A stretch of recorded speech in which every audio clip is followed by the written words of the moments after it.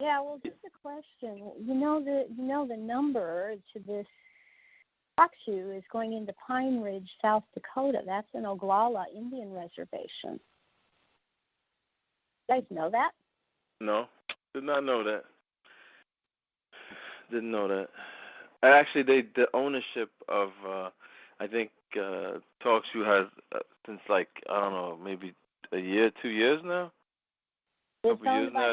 They just recently had new ownership. So. Yeah, it's IOTM. IOTM owns it. IOTM. It's something IOTM. IOTM. I don't know who those people are. Yeah, well, they're interesting. I talk to them. I have this very bad habit of researching everything. That's fine.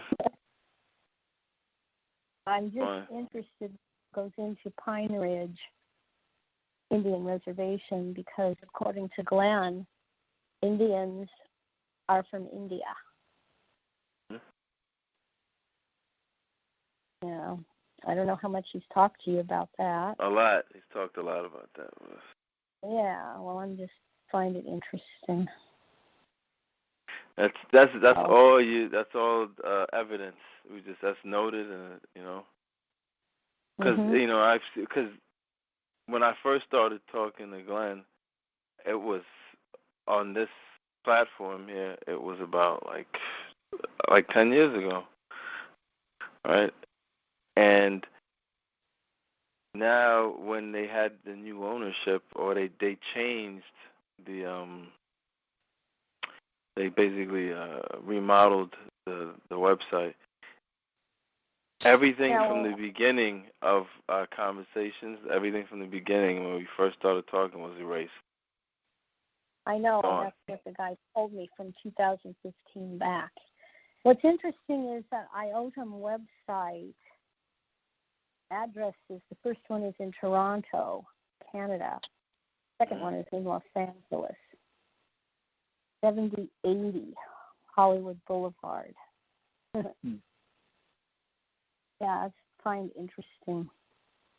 Yeah, when you go on the site, you'll see like the channels are promoted, or most of the channels, the people that use it, it will be religious people, all ecclesiastic.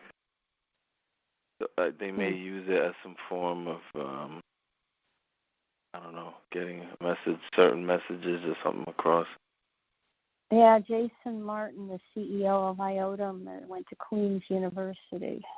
Uh-huh. There you go. Yeah. And Noam Tomaksek graduated as an electrical engineer from McGill University in Montreal. Yeah, McMaster University, that's another one in Canada, this guy. Yeah. So, and then Old Dominion University, this lady. Yeah, I find it very interesting. Well, anyhow, I'm going to repeat again. Did Zach get on the site? Zach, you on? Because I threw you. I called him and asked him. Is he here? Oh yeah, I'm back. Okay. Yep. I was going to say the night before Glenn died, or the day before, I woke up in the early hours of the morning, and it just woke me right up. I had the impression of Glenn lying down, and he raised himself up a little bit, and he said, "Tell Jennifer I have to go." And as far as I'm concerned, that message was transmitted to me through the cell, and that's when I knew.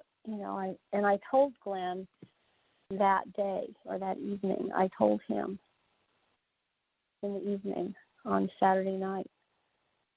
I get a call the next morning at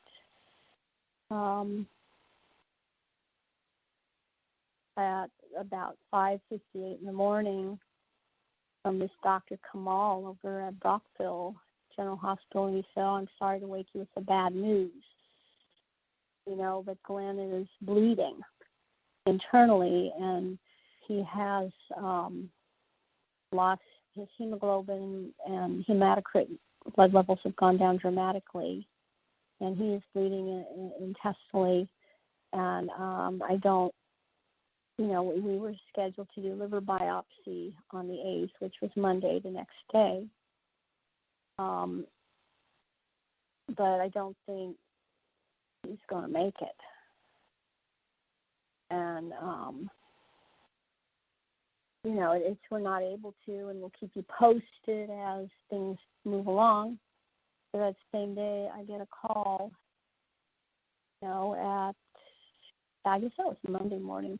I get a call at on 12:05 my time that he had died, and that was 3:05, where he was, and to me that's 3:05 is 8:0, and I don't know if that was creation's timing that day, and saying that's who killed him, or if it was their timing, and they timed it for that as a signal for them.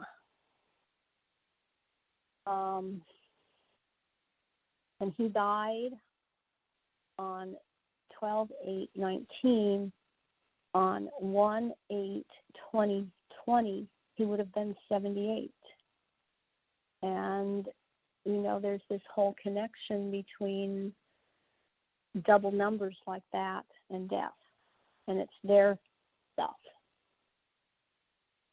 So, and within an hour and a half of his death, I got a call from a guy, Dr. Dufour, who said he is the coroner. And I said, boy, they moved along on this one. It's fast. And he's saying he's going to perform the autopsy. And I said, well, Glenn wanted a liver biopsy. That was what he wanted. And he said, oh, we're not going to do that. There's no need for that. He had liver cancer. The tests were conclusive. And I said, that's not what I heard Dr. Kamal say to Glenn, because I was on the phone when Dr. Kamal was telling stuff to Glenn earlier in the week. And and Glenn had agreed and stated he wanted a liver biopsy. The court wants a liver biopsy. They want it in writing.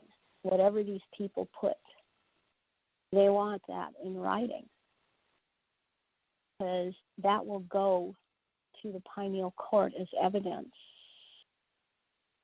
And if they think that it's evidence that Glenn had a liver cancer, they are sadly mistaken, because I could guarantee you right now that whatever was with Glenn's body from the time he died and where they took him and what they did, the cell were present. So they know. They know exactly what was done and what wasn't done. And they have their experts in that field too.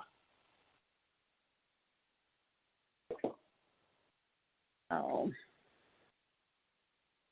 just like they were present when John went in to view Tom's body after he died over at Kempville District Hospital, and a member of the cell stayed in that room with the body and watched from that point on. So it will be no different in this case.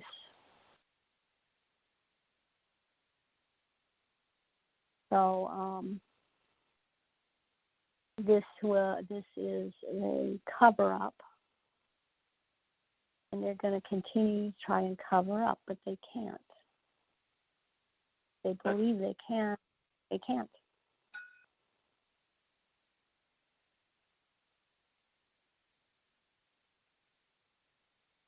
I've seen a lot of photos of the old pictures on the farm, and I think I see Tom, but I'm not 100% sure. Is Tom like curly-haired, black-haired?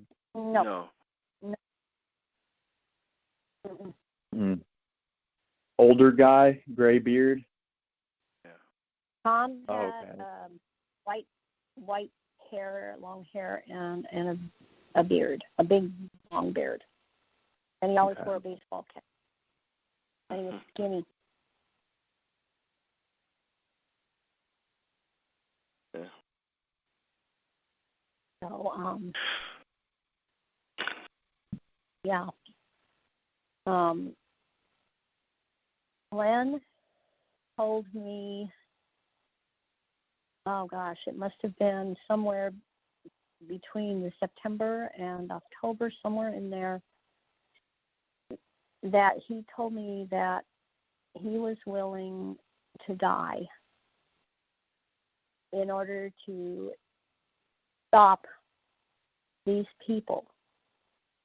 You know, and when he said what he meant, stop them, is that creation is not is making the, cleaning house right now. There are people here and alive right now that are not going to be allowed to go into paradise, and they're not going to be allowed into the next universe because they are part of the problem here that messed this universe up. And this universe is broken and it is tainted by what they did. That's why it has continued to expand at an ever-increasing rate. It is directly linked to that. And so in order for this whole thing to move on, these people have to be removed. And nothing can happen on the farm until they're gone and out of the way. So they will basically wipe themselves out and do themselves in, because creation is not going to kill them. Their God will kill them. But when they die, they're going to get in line. They're going to be waiting a long time. Now, I know that the Lou is coming, but I also know that there were arrest warrants put on a lot of people by the court. And so since their God is done with them, their God will allow things to happen with them.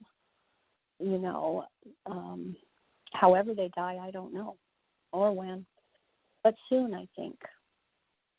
And then as soon as they go, they're going to get picked up and they're going to be put in line and wait for their trials. So they think they have stopped this. They're going to keep trying to take the property too, but that will just add to their sentence. And it's all up in the air as to whether I become involved in that property right now, because I have no idea right now whether that is something to try and ensnare me in something that is financially going to break me. That's what I don't know right now. So I'm awaiting for creation to send word to me on what I do about that. Because right now I don't feel led. I don't know what's the right word to just jump into it. I have reservations, and I suppose there's a reason for that. The promise to me was that when everything is done, when this is all done, I will be back on the farm. And I was promised 14 years together with Glen. Now, these people don't know the reality of what death is, who the dead are and what they are, and how any of it works. So they think that they got Glen out of the way.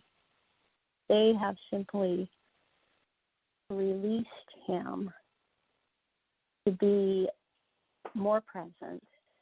He can be anywhere now, just like the cell are, because he's the head of the cell. So he will be a problem now that they can't hurt anymore. They don't understand that right now.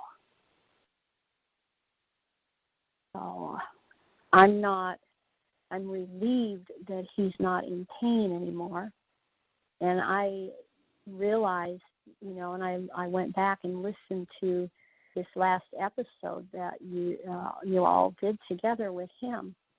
And I listened to the one before that. And from the one before that to this last one, something changed because he was out of breath when you guys were talking to him. And that's when those people were bringing him food. That's when they started being around. There was timing to all of this.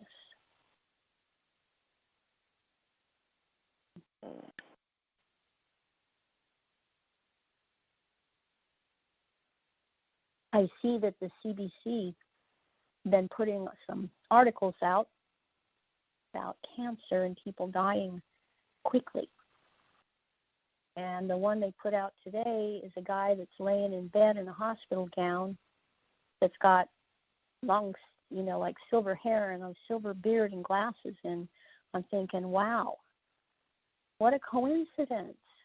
No. Sounds like a cover-up, right? Yeah. Almost like a cover-up, right?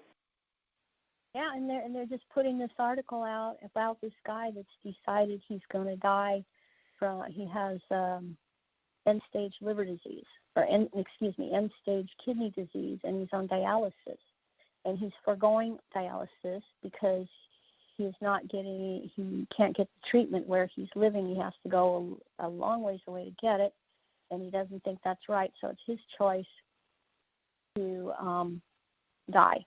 And he will last about 8 days, according to the article. And his last dialysis was on, I think, the 7th or the 8th. Yeah. So, it's just too weird, and it cannot be coincidental. And we've seen the CBC do this stuff time after time, kind of mirroring what has happened with Glen and myself over the years. And I don't know if they're assuaging their guilt. Like, okay, we'll put out something like that, because we can't put it out about them. Yeah, they could. Or something else, I don't know. But they're hypocrites, and they lie by omission. Oh, okay, I've had my say.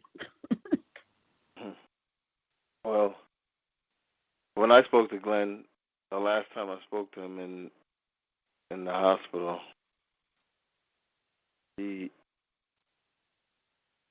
soon as I heard him talking, like it was kind of difficult to understand him, and he had a problem with his breathing.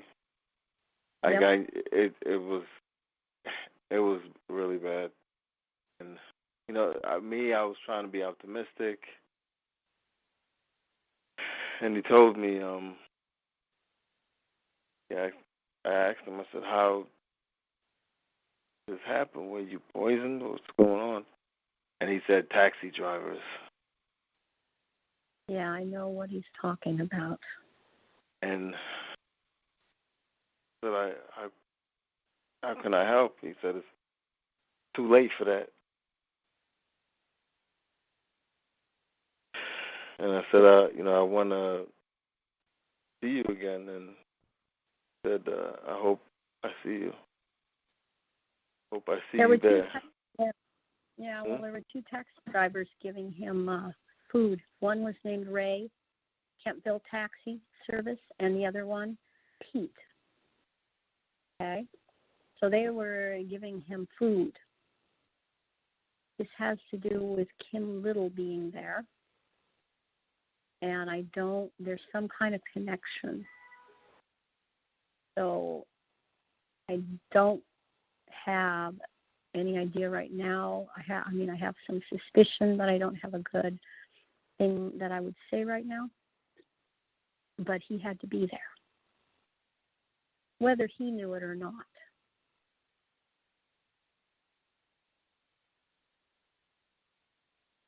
Yeah, well, Glen knew, though. Glen knew what was going on, and he didn't want to say to me, I'm dying. He knew. Well, he didn't want you to worry. He didn't want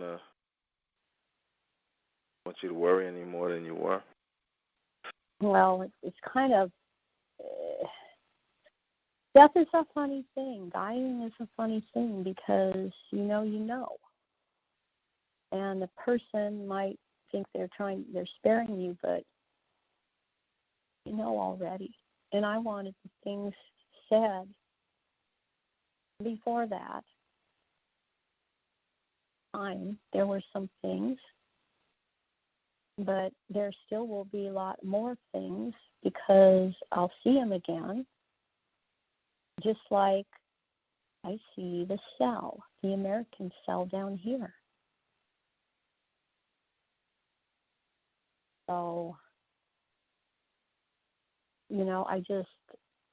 the timing is everything. And Glenn talked about perfect speed. And perfect speed is being there. And so he will be here, and he will talk to me when the time is perfect for that.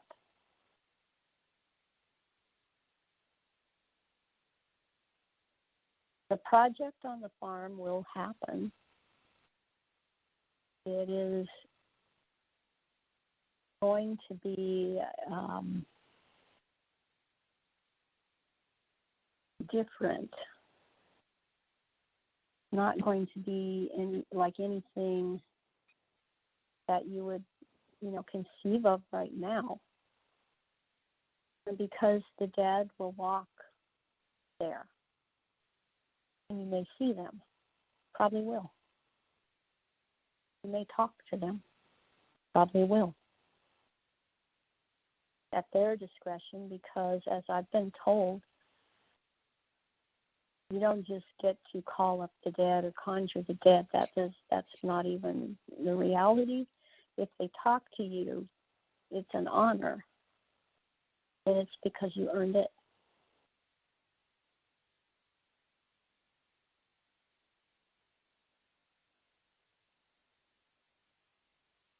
So there is a place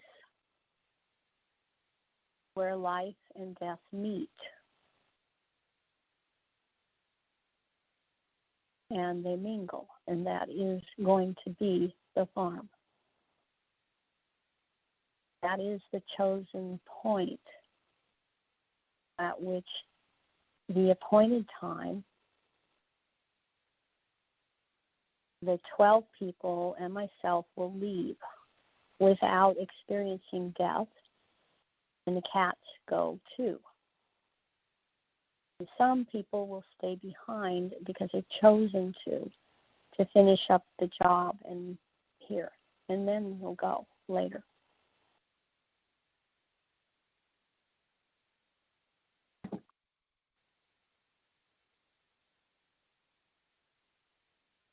Nobody should lose hope over what happened. And, I have my dark moments. I do. Yeah, I know. I know.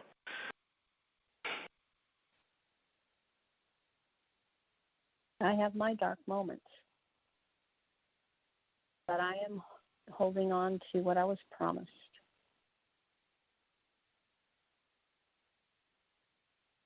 I've seen too many odd things that I can't explain. I know what you mean.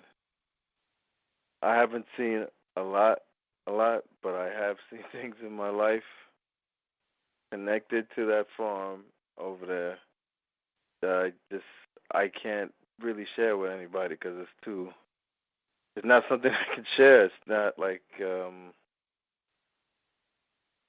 something I can prove.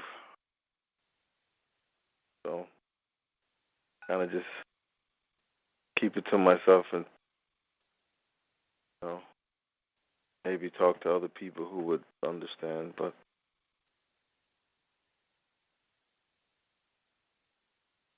well, there's hardly anyone that does understand. Not many people. They don't understand. I mean, they have Christianity real bad, or they got to try and fit it into some kind of box. And I just, I did my share of time listening to all of these people out in the conspiracy community and the New Agers. And, I cannot, this doesn't fit into any of their stuff. Not even close. It's absolutely unique.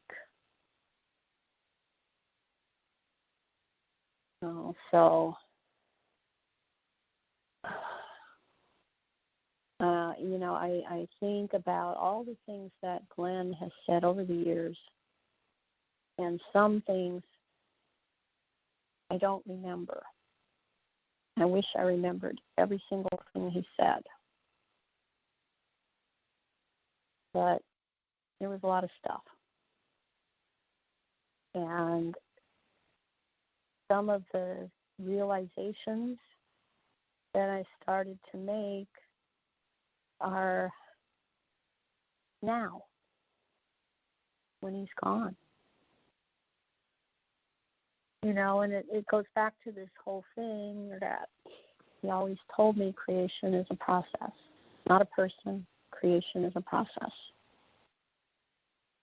And this is a process, and it's a process for everybody. And nobody's process will be the same.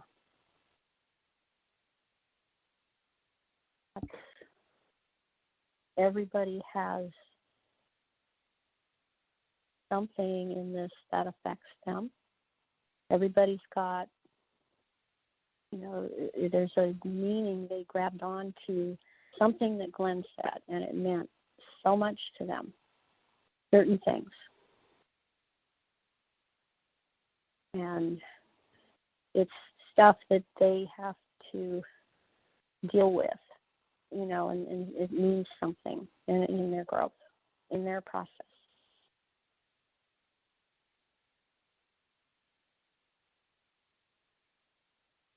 And Glen was the most gentle, kind man I ever knew.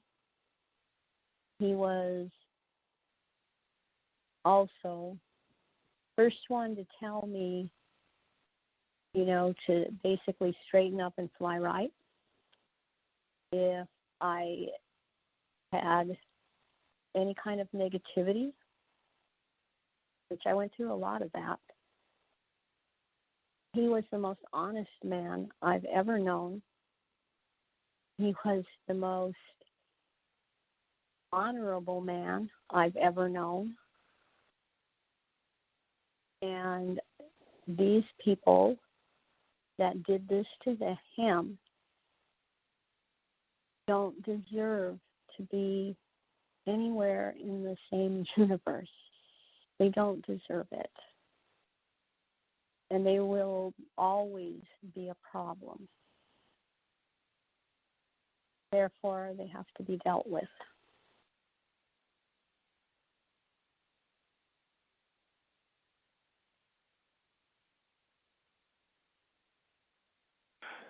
Definitely. Yeah. I always, for me, Glenn, this guy had so much integrity. Integrity was so important to him, and that really affected me. It made me be a better man. He set an example.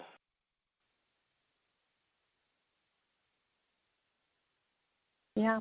And out of searching for truth, I've never seen anybody that even scratched the surface compared to the things he talked about. And I was just like, so shocked at how honest he was with me. There was no games.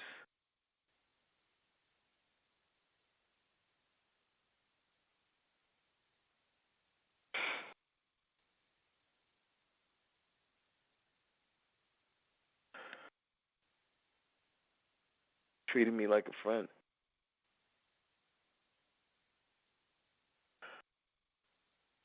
So it's just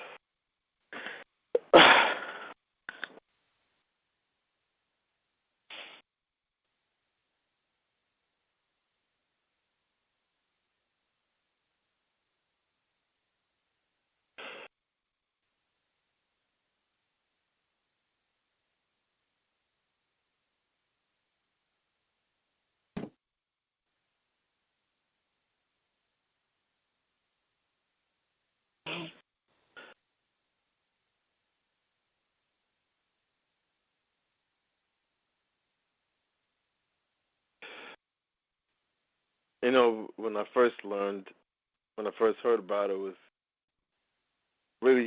kind of rough on me. But when I spoke to you, Johnny, you made me feel better. I was kind of surprised. You're really strong, and you reminded me that it's not the end. And that's something me and Glenn talked about that all the time. Mhm. Yeah. Well, there were many times in the past, years back, and he had told me, this was back in 2012, I think it was, when I was stuck in Ogdensburg. He said these think tanks that dreamed up all of this stuff that they were, doing to us even back then, actually hoped, because me being so negative and such a victim, that I would actually drive Glenn crazy, and that he would drop me, or he'd just want to kill me. That's how they were thinking. That's how these groups, they're so subversive, and they have their think tanks, and they study the psychology of people, and they try to plan and strategize around that, about what they can drive someone to. And for years, I thought, I can't do anything right. And pretty soon it fed into itself. And I was stuck, just really stuck. I was stuck for years. And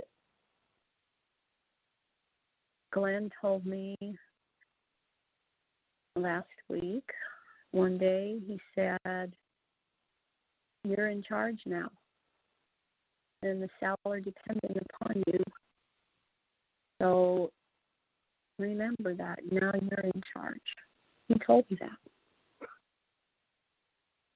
And what it means, it's not like I'm telling them what to do. It's not it at all. It's just that now he's there and I'm the connection here. So all that takes from me, I believe, is to be willing. And I just kind of figure, you know what, if Glen can die for this, then I owe it to be everything that I can be, because I don't want to be in this place. I don't want to, he told me many times, if it's not finished, this life you'll have to come back. And, when I thought of the description of how things were going, I don't want to come back. I want to just do it in this life. Whatever it is that has to be done, I just want to do it. Because I'm tired of this planet.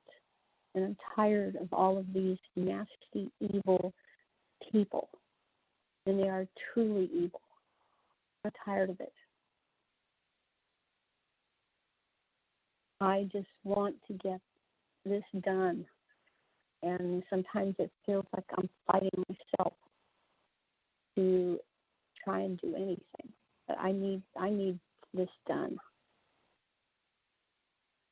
And Glenn always told me that there were 7 billion people waiting at the gate, waiting for all of this. And they're waiting, there's a lot of people waiting that haven't even been able to enter paradise because it's been filled up with persons that don't belong there. And it had to be cleaned out. So that's been an ongoing thing. But that's one or two or three groups of God, different groups that I can figure out that cause that kind of problem, because they're knowledgeable about all of this, and they figured out how to move things around to their benefit. So myself, I'm around here. That's why I know this isn't about fighting the system. Because the system can't be fixed. You only fight something you think can be fixed, or you think you can conquer. But it's too broken to be fixed. It's tainted. It's broken and tainted. This is not about fighting the system. It's about leaving this universe. That's what all this is about. Leaving this universe.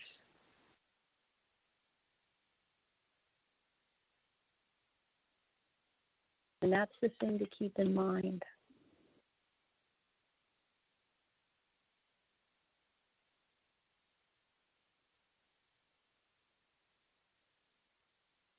Yeah, it's so broken at it's like this core. I remember we were talking about you were explaining to me about cats and how just the whole situation with them and how they're killed, and by vets, and people put them to sleep because it's just another signify how broken the system at every level. You see it everywhere. In the States over here, we're seeing it, and in the political stage, they're making sure. It seems like they want people to see this, But they, with these people, I don't know. they have their agenda as well. You know. So, but apparently for 2020, that I'm seeing that, and there's a lot of people who believe. They call it this is the age of awakening, and they believe like it's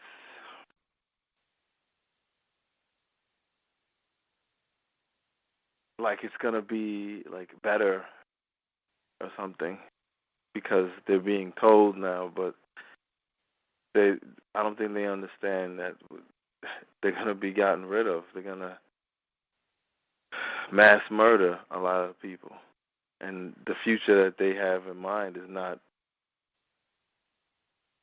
It's not something I look forward to. As far as all the mass murder, but I understand at the same time that these people who've been managing all of this, that they got to go. Because it's just... Well, the people that are trying to stop the project are what is being focused on right now. That's the big focus right now. And the project has to take place. So that part I know about. That one has to happen. Those are the people that got to be got out of the way, the ones that are trying to stop this. And they thought when they killed Glenn, they stopped it. That's what they think.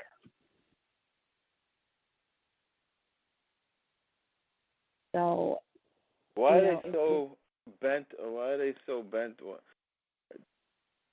stopping it? Why do they want to stop it so bad? They feel that threatened. What? Their power. Yeah, if you want to control everything, then you want to control some people that their intent is to leave. And when they leave, the universe is closed, basically. And you're left with something that's going to die. You would try to control that.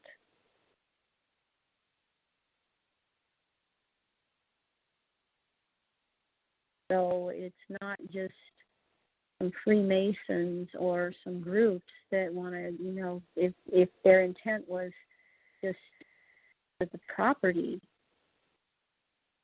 or so on, they will feel right now that they've done it. But it goes beyond that. It has to do with people or troglodytes,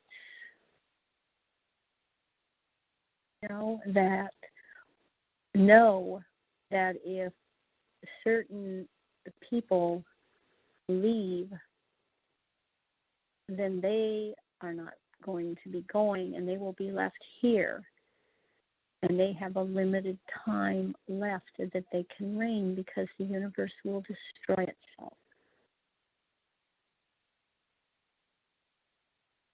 And they see far beyond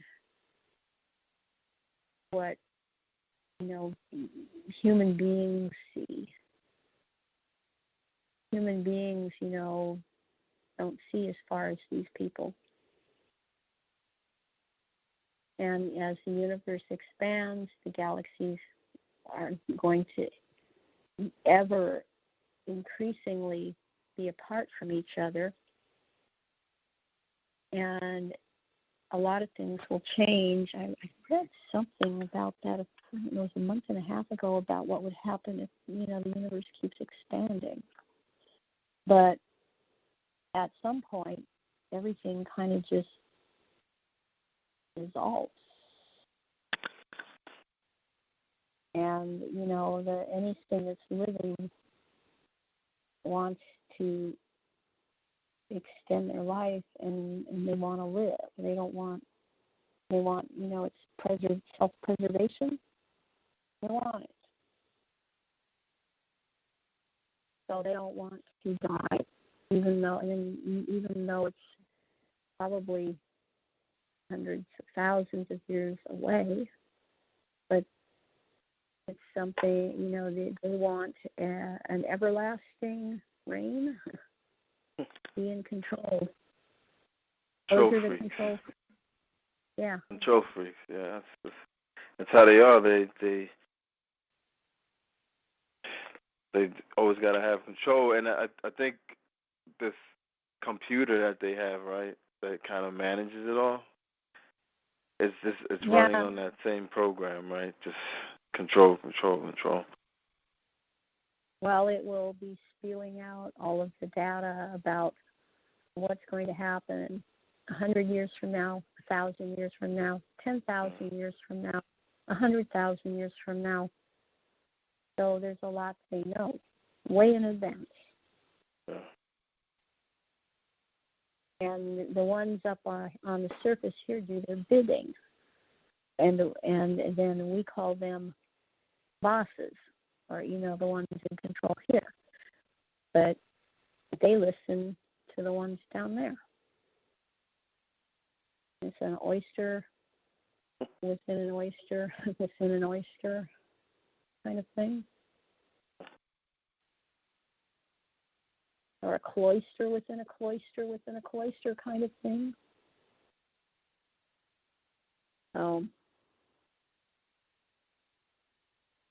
That's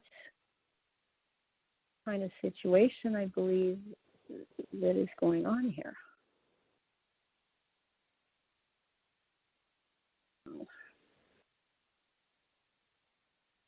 And I myself, I'm become more and more of a kind of, I just watch all this stuff around me, on a day-to-day basis, and I just don't, I don't feel like I watch a lot of things, I observe a lot of things, but I don't get involved in it because it's part of, what there is no, there's a lot of petty stuff that goes on day to day, Yeah. And there's a lot of stuff. People get all involved in this stuff, and I just anymore I look at it like it's a foreign world because my mind is set on what has to be done, and it's become more so, and it's accelerated in the last few months. And now Glen is, he's with the dead now, so it's even ever more accelerated for me. I want to get things going. I want to get done with all of this that has to be done here.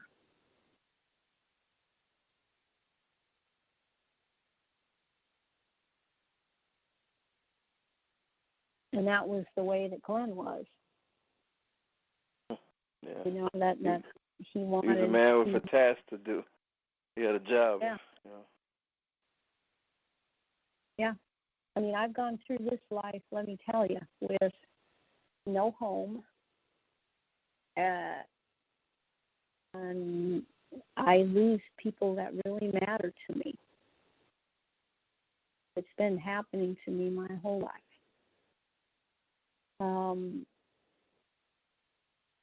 And I've had a lot of harassment. I mean, it's just continual. And then I have to say what happened with Canada. Boy, that's been oh so special. I learned a lot. But all I can think of, and I watch all of this, and I think, I look at people around me, and they don't seem to have a clue. And all I can think of is, I got to get this stuff done. Got to get out of here. So right now, I've been told to wait and take care of the cats. That's what I intend to do.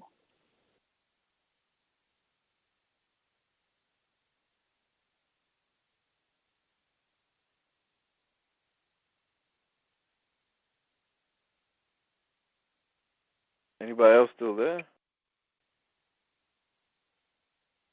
Wow. So only you and me? No? I'm here. Yeah, I'm still Hello. Dana Still and listening. been real quiet. That's Dana. That's how it usually is. I'm looking through photos that kind of remind me of Glenn as I'm listening to y'all. Like if I found a picture of a seagull flying over New York. I'm just kind of pondering what y'all are saying, soaking it in. But thank you for talking on behalf of Glenn, and what I kind of like what y'all are going with talking about the connection between Glenn's ideas and the ultimate opportunities we have with the universe and stuff. That's kind of where I like to think about, like, what ultimately this all means, kind of thing. Not to like wrap it up in one like thing, but you know what I mean.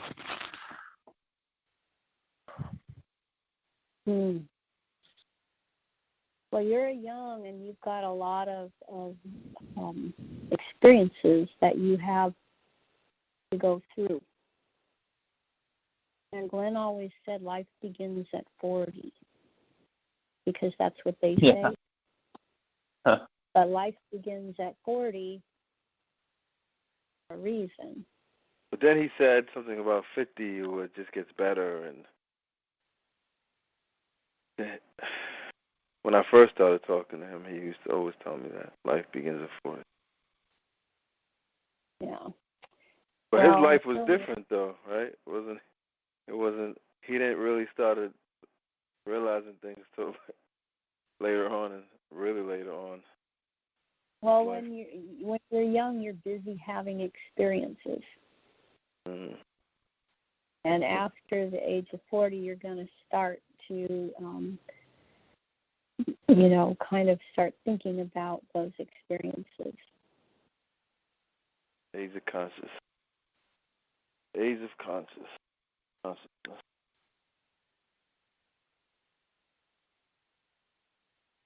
So you have to have the experiences. You can't get out of it. No one's above the process. Creation reveals or tells you its secrets after a long period of time. That's with everything. That process.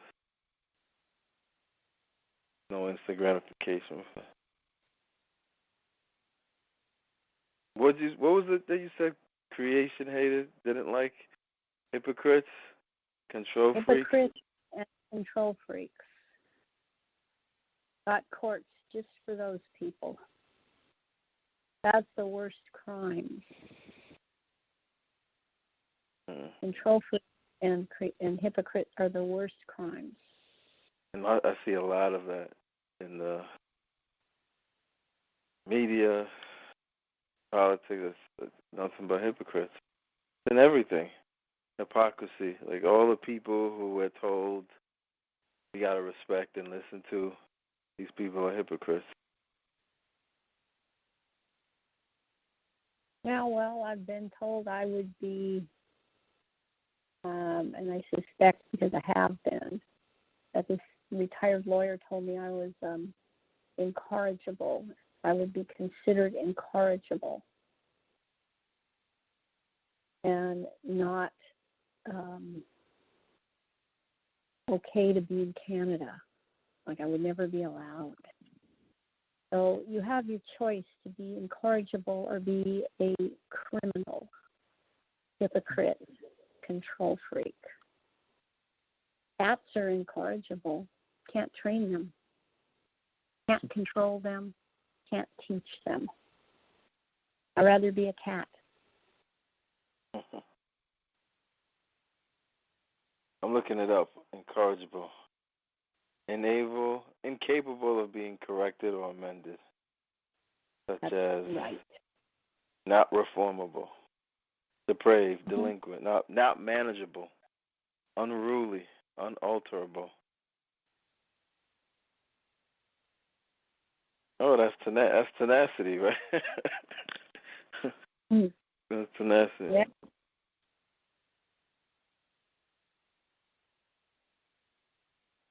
The word they come up for people like you. Oh. Yeah, apparently. People don't want to swallow that bullshit. I asked this person, how come you didn't help me? Glenn called you and asked when I was in jail up there for your help, and he didn't help. Why didn't you help me? And he said, this whole thing, it's just too dark, too murky, too much, and you would have been considered incorrigible, never allowed really to enter Canada. And since that time, from what I can pick up by listening to this person talk, this is someone who has lost all of the interest and enjoyment in living. Sounds old, sounds tired. He did say to me, I am ready to die. He said the Canadian system of the legal system here is corrupt beyond measure. It's all corrupt. He said, I couldn't even deal with it anymore. I didn't even renew my license. I can't deal with them.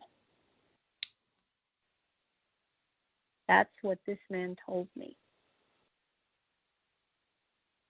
And I said, you're living right in the path of all the water from the Lou. And he said, that thing where Lake Superior is, all this water's going to come out of there. I said, basically, yeah, you're living in the path of it. He said, you know what, I don't even care. He said, I'm ready to die. If it comes, fine. He's been broken, sounds like. Something happened. I mean, a lot of us are broken. A lot of people are broken. The broken system. That's what they do, right? They try to break you, and they abuse you, break your will. Well, this was somebody who had been RCMP, then he became an attorney. He did the legal paperwork for Canadian Institute to incorporate it. And then at that time, he was working for the OPP, some kind of investigations for them. And Glenn had contacted him and asked that he help me. I don't know what they did or what they said to him. I don't know if he was threatened, because that's a lot of times how it works, is you get threatened. I don't know what happened. But this is someone who sounded like he's done with everything now.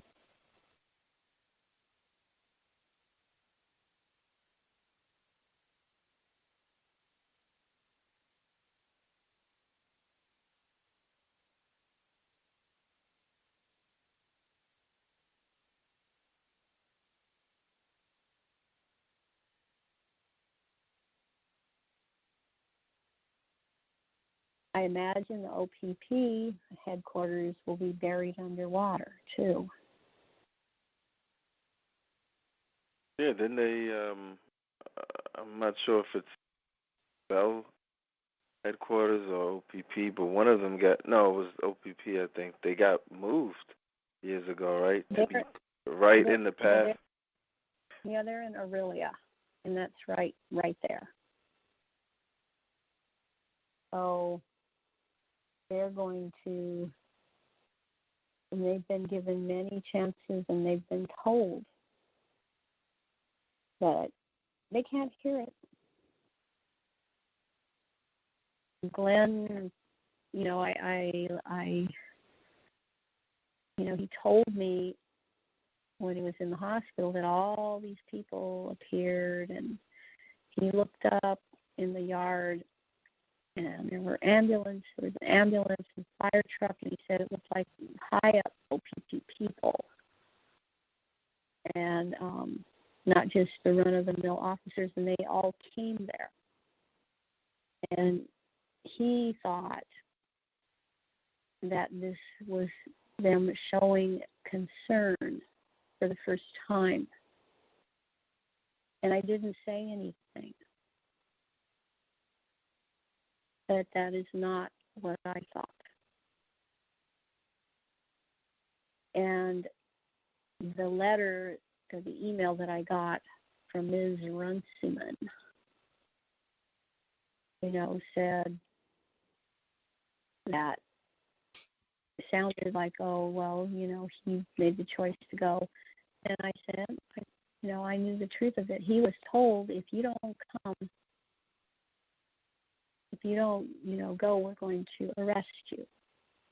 And that's why he went. But I don't say much to Glen at that point because Glen was really trying to think that these people maybe turned a corner or something and they changed. And I have my doubts, very strong doubts about that.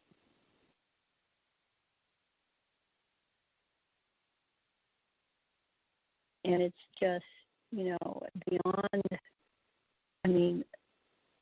beyond coincidental that Senator Bob Runciman's daughter is OPP in Brockville and is involved in this. It's I keep going, dang, because he's one of the 4 people that would have appeared Bob's motel. And that's what the investigators said in 2016 when I was supposed to be there. And I would have been murdered. Sounds like their genetics, like father, like daughter, man, to me. That's what it sounded like to me. So they're both like civil servants, right? That's the common denominator. Father and daughter. I think senators in Canada have a lot of freedom to be involved in something. I don't know at another level. I don't even pretend to know too much, except senators seem to have answer to different parties than like an MP. I don't think MPs have any power, really. But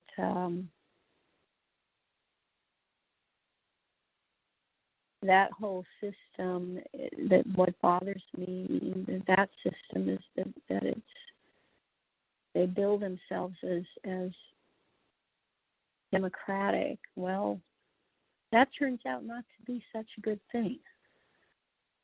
We've got Democrats here, and they all seem to be alike. Yeah, they're most likely to be bureaucrats, right? Yeah.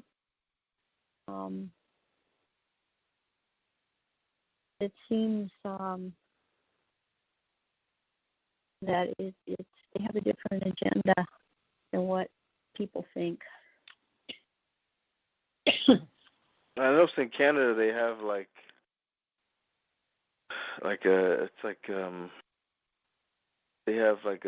they don't think they call them Democrats up there, but they call them they have a liberal, and they have a ultra liberal, and well, they have more. Huh? They have the NDP. They have the NDP, the Liberals, and the Progressive Conservatives. Those are the 3 major parties. Then there's the Bloc Québécois, and there's a few others, but the Green Party, and I think there's 2 or 3 others. But the NDP, Glenn always called them the 1789 gang, which meant bourgeoisie or bureaucrats. And he had a lot to say about the liberals versus, the conservative progressive or progressive conservative party. But the only common denominator with all that is that it's bureaucrats that run the show in Canada, and that the politicians are all cosmetic. They don't do anything, and they have no power. Yeah, they just argue. They like their headlines and whatever their office does that gets something done, and then they get to take the credit for. So, it's like, and I said it before in an article, it's an Ouroboros eating itself. That's all that whole thing is up there. Yeah, they tell you who they are. Like when I watch the politicians here, like the ones who are, say, against the president Trump over here, like they call themselves the resistance, and that's in reference to like France and the French Revolution. And they talk about the Fourth Estate, which is the news. This whole structure they have, that's all based off of that revolution. Now, well, all of them are following their DNA. So you'll see by what group they gravitate to, and all the kind of things they do and the things they say, you will find what group, where their DNA is from. Do you think that it's really, because it seems like it was being talked about, like that whole network of those abusers, sexual abusers. It seems like they were mentioning it and talking about it with that Epstein guy, and it's like almost hinted at that they would be kind of bringing it to start letting people know. You think that will be part of that 2020 agenda?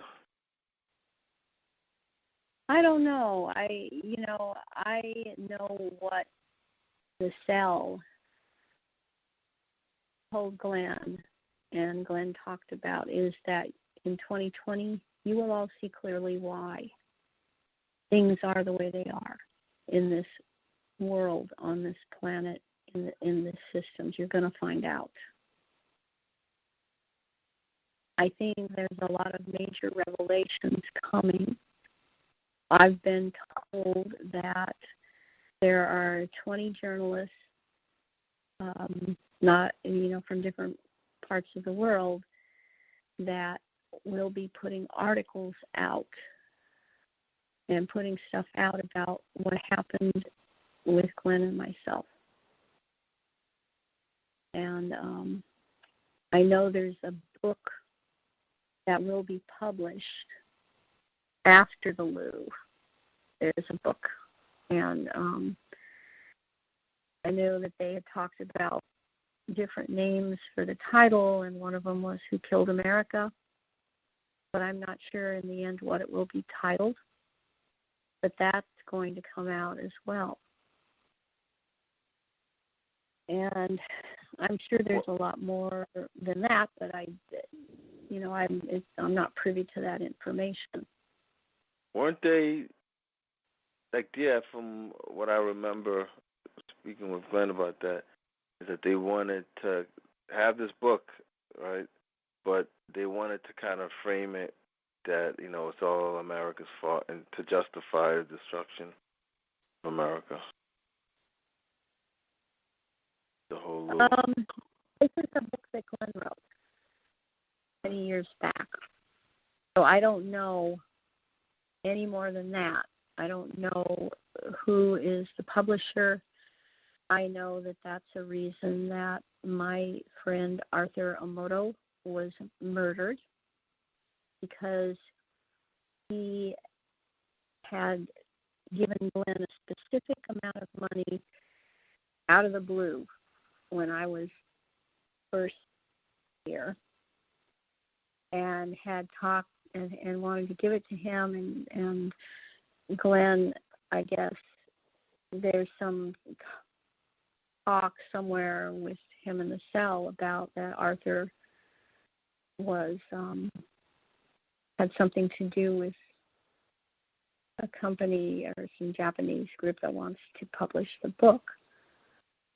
Arthur and Glenn had talked when I was still in jail at OCDC in September, when I was there in September, and I didn't come here until November 2nd, but they had talked about how could Arthur help me, and it was going to be dependent on where they dumped me, because I was told we're either going to put you in New York or Nevada or California. I haven't decided what yet. Was it done to induce fear and terror? Was it done because they were trying to figure out what they were going to do with me and how would they handle me? I don't know which. In the end, when I was sent, there was a packet of papers that I still have that were handed to me, and they were all these homeless shelters. And the one they picked out that was tagged, and they were sure the police, which I was handed over to, were going to take me there or put me on a hold and take me somewhere and then take me there, which it didn't work. But the place picked out was called Bell. And Bell Homeless Shelter, run by the Salvation Army. But that didn't work out the way they thought it would. And Arthur is responsible for that. And I know that 2 members of the cell came to question Arthur. They went and they went to see him before I was down there, and they asked him what his intention was toward me. And they talked about the whole thing. I don't think that Arthur knew it was the cell, but they came and talked to him.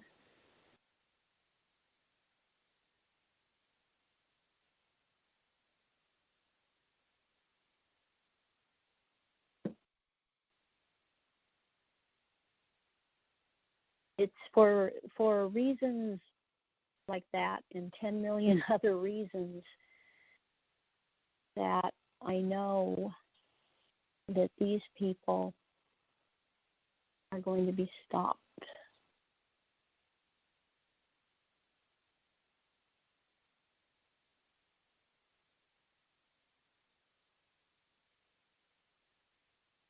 They can think whatever they want. And they can go ahead, take the property, go ahead and do it all, because everything that you do is going to count against you in the pineal court. Go for it.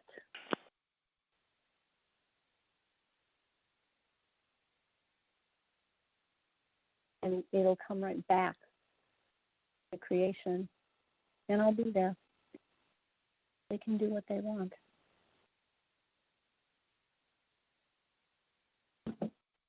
Do you think it's possible that we could fight for that, just for that farm? Why fight?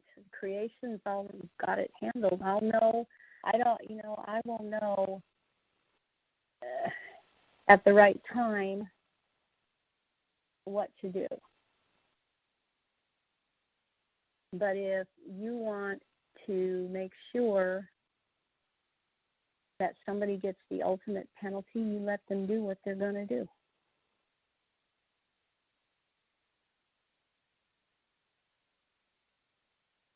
Give them enough rope to hang themselves? Yeah. Go ahead. Make my day.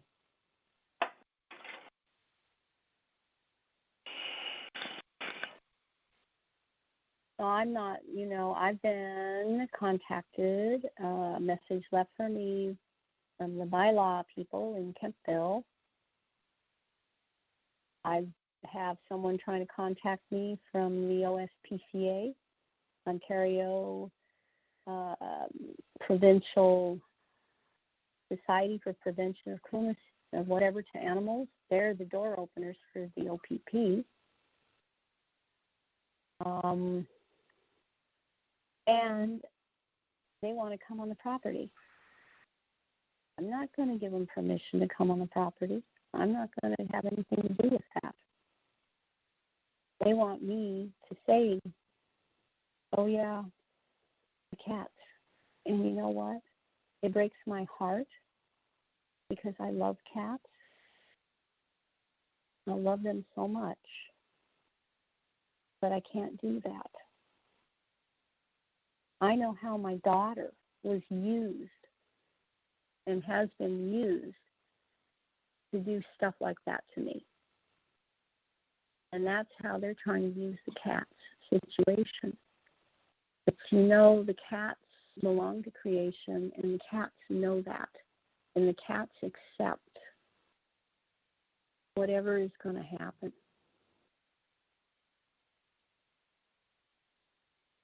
And I've been told that.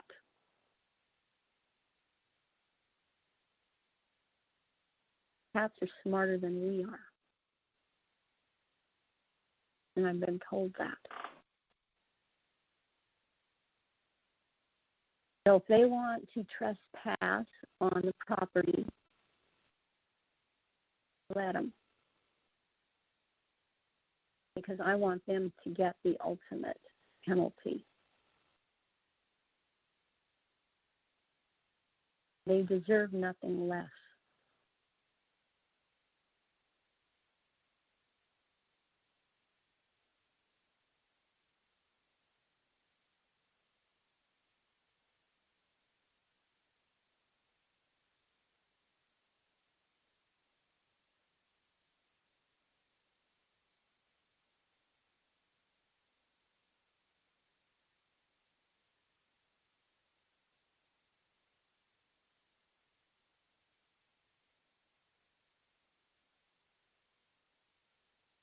Punishments.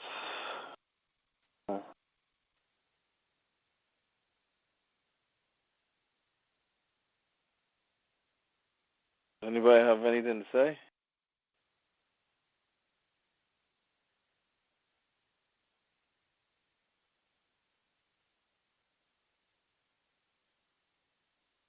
Hello? Yeah, I'm here, but I don't know if anyone else is. No, I'm still here. Just listening. I'm still here.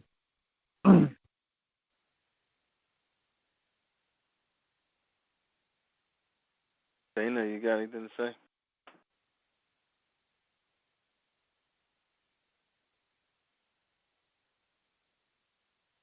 It's just that we can only wait and see now. Everyone knows what's been going on, what's been done. We've been told by Glen what's to come.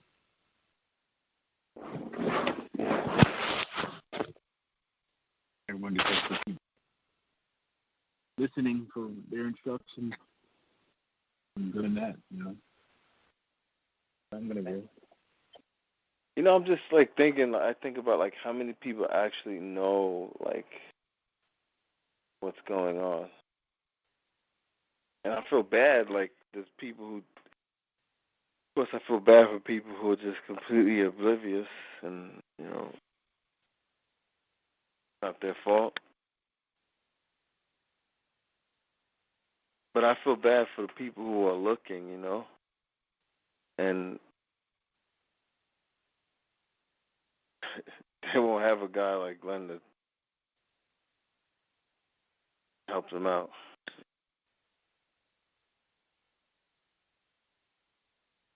Well, I think you have to remember some of Glen's talks have 156 downloads 2 weeks after the talks are uploaded. Yeah, I think when I look at like who downloads it, I think it's people who actually generally listen to it, learn from it, and I know it's people on the other side. Yeah, but there's got to be at least another 20 people that is not included in that we haven't spoken to. Yeah, I get emails and stuff from people who they ask about the newspapers and stuff, and they got questions or whatever. So, but a lot of people choose to kind of watch from like a distance. They kind of want to be anonymous.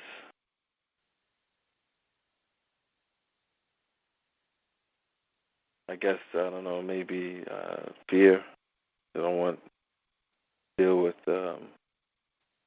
repercussions being associated with this stuff. Uncertainty.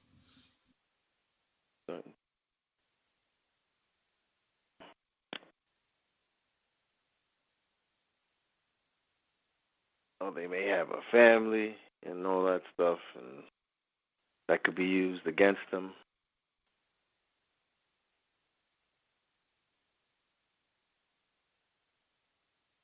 Which is why I think families nail in the foot exist. Yep, it's just there to just be exploited by a system.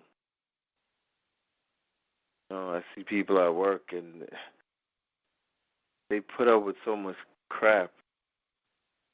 And when you say, "Hey, why don't you do something better?" They say, "I got kids. I got this. I got this. I got that. My wife and kids."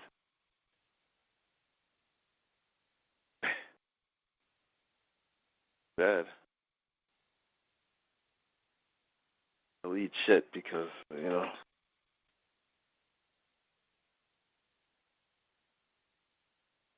and they just make it where everyone is just trying to survive, Yeah. Not too far away from being hungry.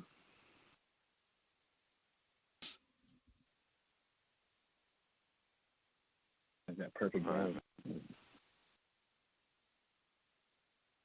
That's why it's not about fighting the system. It's about leaving the universe.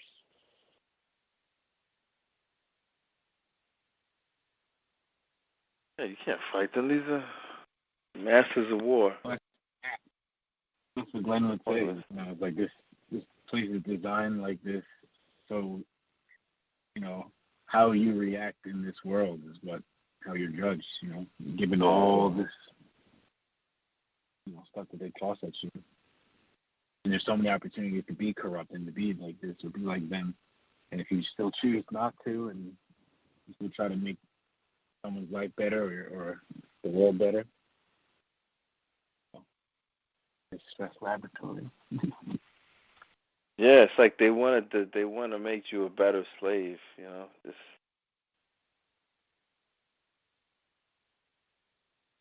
which means kind of killing your humanity.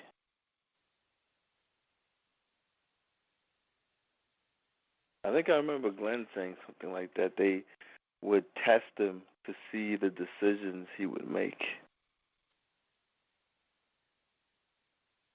Put him to experience to see the decision. In all his reincarnations, they would test him, like see if he would, support the system.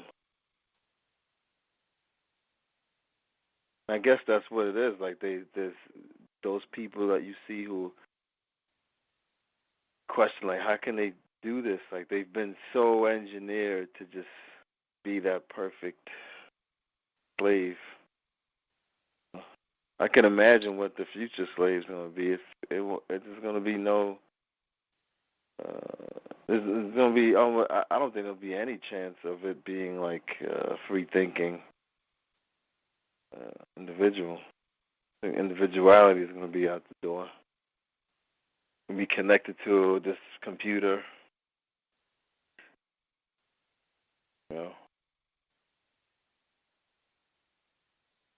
And it won't really have its own thoughts. The Borg. Yeah, exactly. Now. Now it's just not even. I mean, they show you in the science fiction, like, they give you clues. Now it's all about bringing us all back together again into this one structure of But I mean, Hermaphrodite. it's still Borg in the sense that they're still mindless. Right? Like when you Program, but there's more of a chance. There's more of like a chance of people, breaking away from that. But what I'm saying with this new slave, I don't think there's going to be a chance. But creation always finds a way, right? Doesn't need much. Well, creation is leaving the universe. By the time they have their product, creation not here. This is the last, in this time period that we're in right now, the last, 40 years that they've got planned. It's less than 40 now, I guess. It's about 40. That before or by the time this last event takes place around somewhere 2058 to 62, that somewhere in that time period, the creation has left this universe and taken those that are waiting at the gate by that time. They're leaving. And they're just sitting farther forward in this football-shaped universe than we are.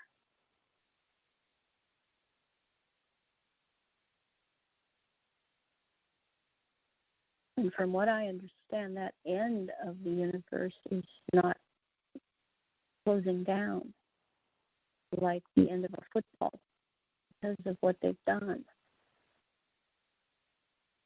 It just continues to expand. But the idea is that we're in the last 4 years here of this universe, where creation is here, and things. The northern hemisphere is still around because in 40 years the northern hemisphere will have been shut down.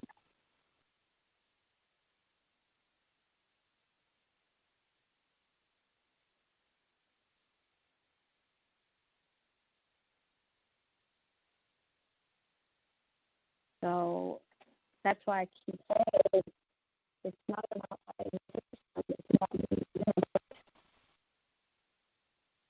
You're breaking up. You broke up. Yeah. Me? Yeah, you were breaking up. I didn't understand. Said it's not about fighting the system or trying to change anything here. It's about leaving the universe.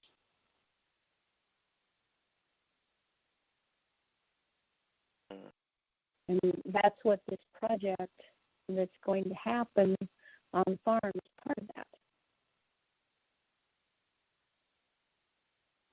And if they come in and they raise the house and they take everything off the property, it's still not going to change anything. Creation will still get the property back. The court will get it back. And there will still be a project there. And they can't stop that.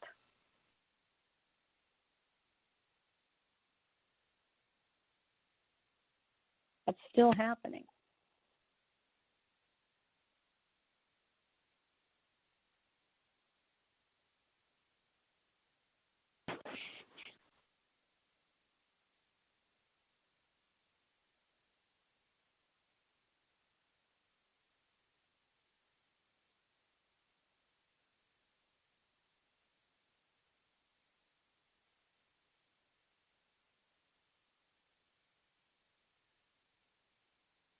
And I have not heard otherwise.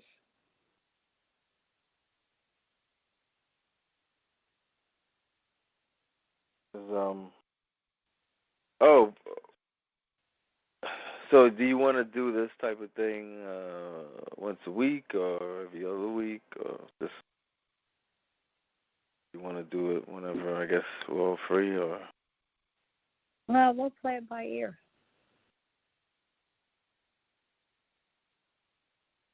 And I think that there's still stuff going to be happening over the next few weeks too. So, but then again, who knows what happens with world events? Yeah. I think North Korea promised the U.S. a special Christmas present. Oh, gosh. Of course, they always get that going whenever they want people to look at something else, get them focused on North Korea. You know, have you seen like all that stuff with China and stuff, like with the spies? And that reminded me, like, because apparently this is battle because China has, steals all this intellectual property from the U.S.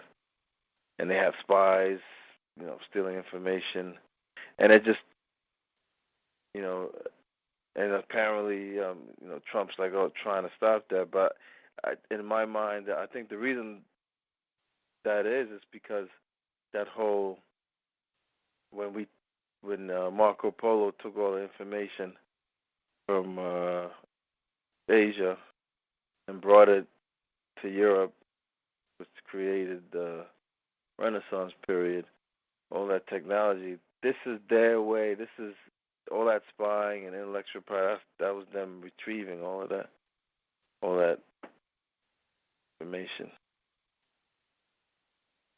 But yeah, it's painted on the political stage like, China's stealing, but I think they're just getting back what was theirs. Well, I think they also promised after the Opium Wars that there was going to be payback for that too. Yeah. Didn't that like create like families, dynasties that are like now that whole Opium War? I think Glen Kealey, I think his family was involved in that. I think. Yeah, it was profitable for everyone. But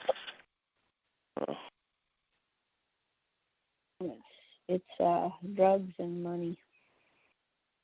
Bribes, drugs, money. China makes a lot of money off of drugs off the U.S. Fentanyl and all that stuff. So.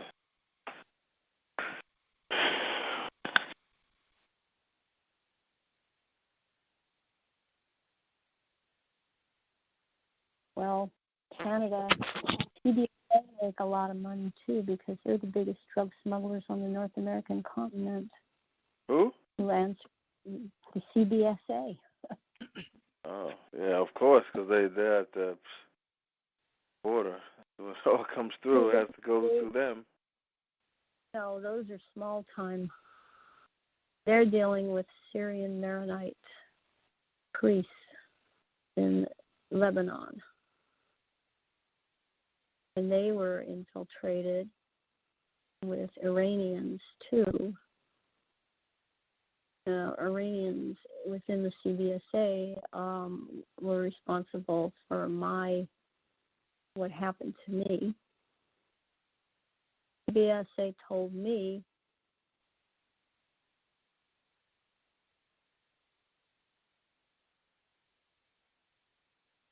Hello? Sounds like they got disconnected. I'm looking at the screen. Dana is gone. And I think that's the. Yeah, it says left call. Yeah, something happened. Huh. I guess that could be a segue out, right? Yeah, perhaps. I'm super tired at the minute. Sorry, I've not said much. Yeah, I kind of just want to say it was wonderful meeting such a unique person. Glen is always going to be in our hearts, and his legacy is sealed, and no one will forget him, whoever hasn't heard of him. That's for sure. So. Certainly not. Sorry about that. Both you guys Technical got difficulties. Oh, we're on the same line. Well, I was gonna end it. It's almost got half an hour to 10. Yeah. I got to fix food for cats here. Cats have to eat dinner. How many cats do you have? Enough. Have enough.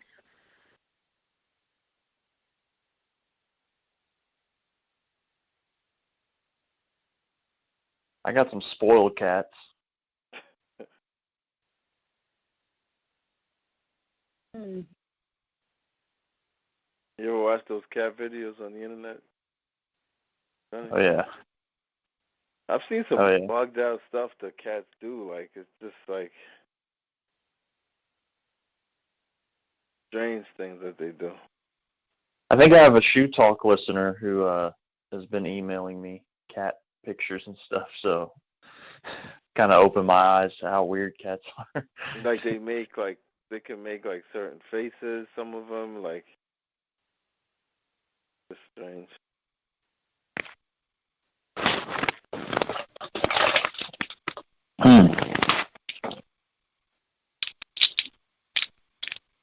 I had a weird experience with my cat last night. I woke up to go to the bathroom, and my cat was in this position down the hall. Went back to sleep for another hour. I woke back up, and he was in exactly the same spot, looking at me the exact same way as I was an hour ago when I woke up. It's kind of like, I was like, wait, did I go back to sleep? Your cat has you psyched out.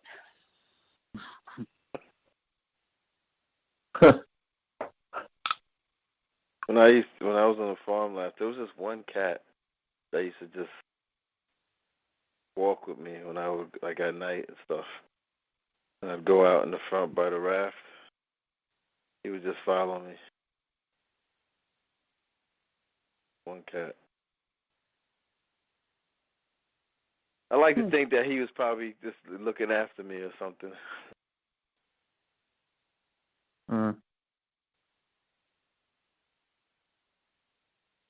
I think they're all thinking of you, man.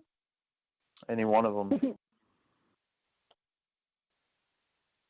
Some may think you're a little off. Some may want to get to know you better. Yeah. I mean, I see a lot of cats doing my job day to day. A lot of them run away. Some are really friendly.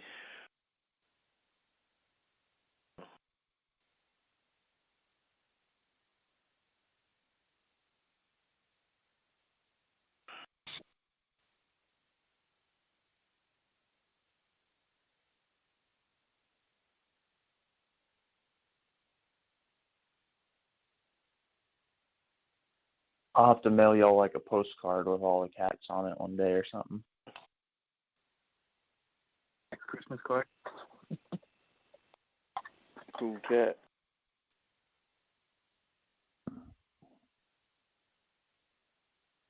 Cool cat.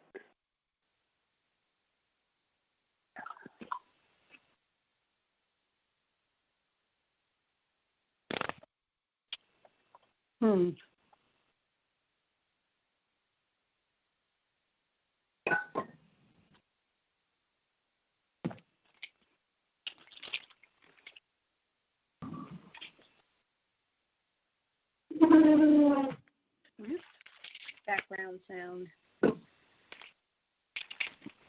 I got to start getting food ready for cats here. Okay. So, guys, I'm going to have to go. I have things I got to take care of now. All right. Well, I guess we'll do this again. Good night, guys. All right, man. Thank you, and I hope everyone feels all right, and hang in there. Yeah. Yep. Thank you all. Eventually. All right, everyone. Bye for now. Okay. Bye. What?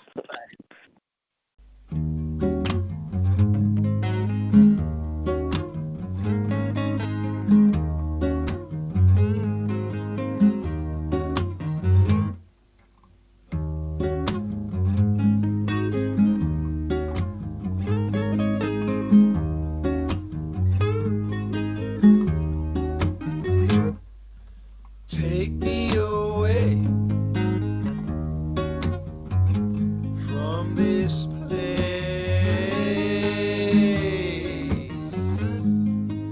somewhere far from what you call home. Won't you let me take you away?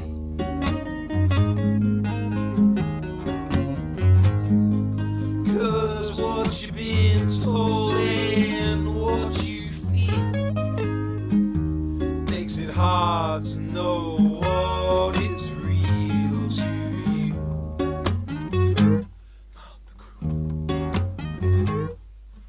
Won't you let me take you away?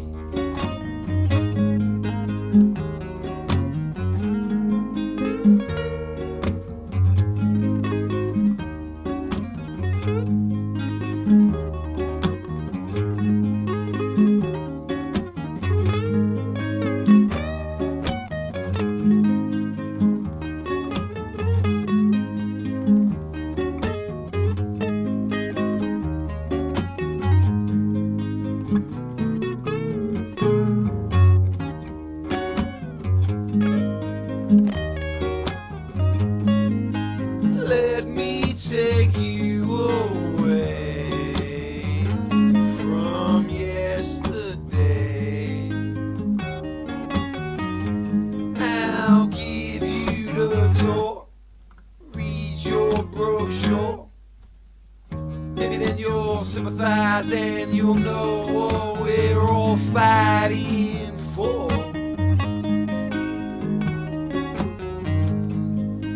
Won't you let me take you away?